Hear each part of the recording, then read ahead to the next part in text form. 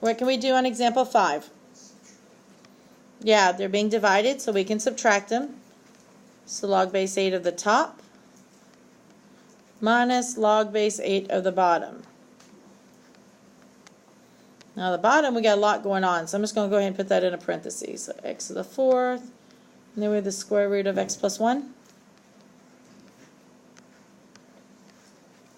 Wait, so it's division? Yes.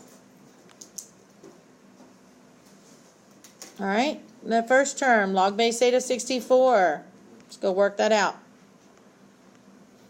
So log form to set it equal to y.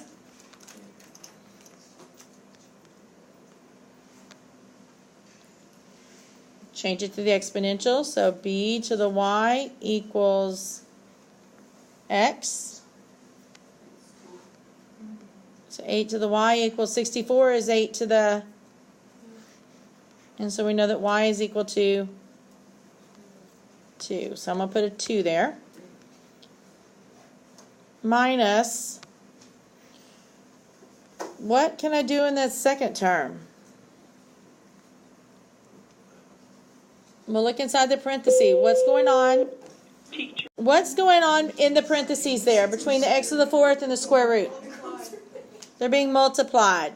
And so I can separate them by adding. But be careful because we're subtracting everything at the end, aren't we? So I'm going to have to put minus log base 8 of the first plus log base 8 of the second.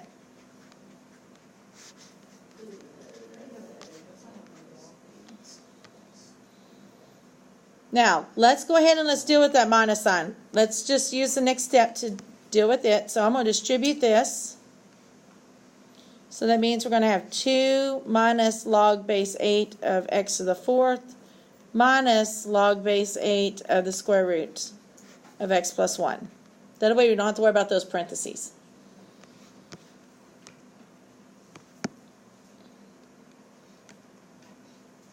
Okay, so first term is a 2. Can't do anything with it, right?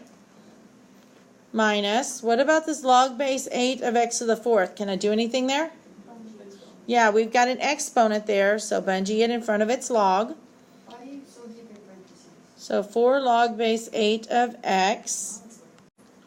And then we got minus, can I do anything here? Well, I've got a radical, so we can rewrite a radical, right? So remember, this is going to be log base 8 of, what's your base?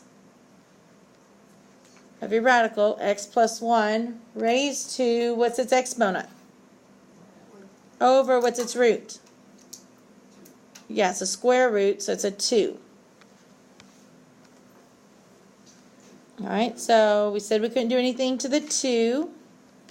So check your next term, because we did do something to it. Can I do anything else to 4 times log base 8 of x? No, we're not taking the log of anything being multiplied or divided. How do you get the half thing? Is it just because it's square root? Yes. Okay. Minus, can I do anything else to that last term? Yeah, put the exponent in front of its log, right? So 1/2 log base 8 of x plus 1. Is that all we have to do? Well, no, because that's being added. You can't separate that. Good question. You know, she asked, can we do anything with that x plus 1? No, because it's log of 2 things being added. You can't separate them. Remember, if they're being multiplied, we can separate them by adding. Or if there are 2 logs, as we're going to see in a minute, being added, we can put them together.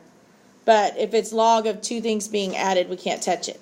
So, one second. So, look, guys, we didn't do anything to the 2. We didn't do anything to the 4 log base 8 of x. Can I do anything else to that last term? The 1/2 log base 8 of x plus 1 then? No, so that's going to be my answer there.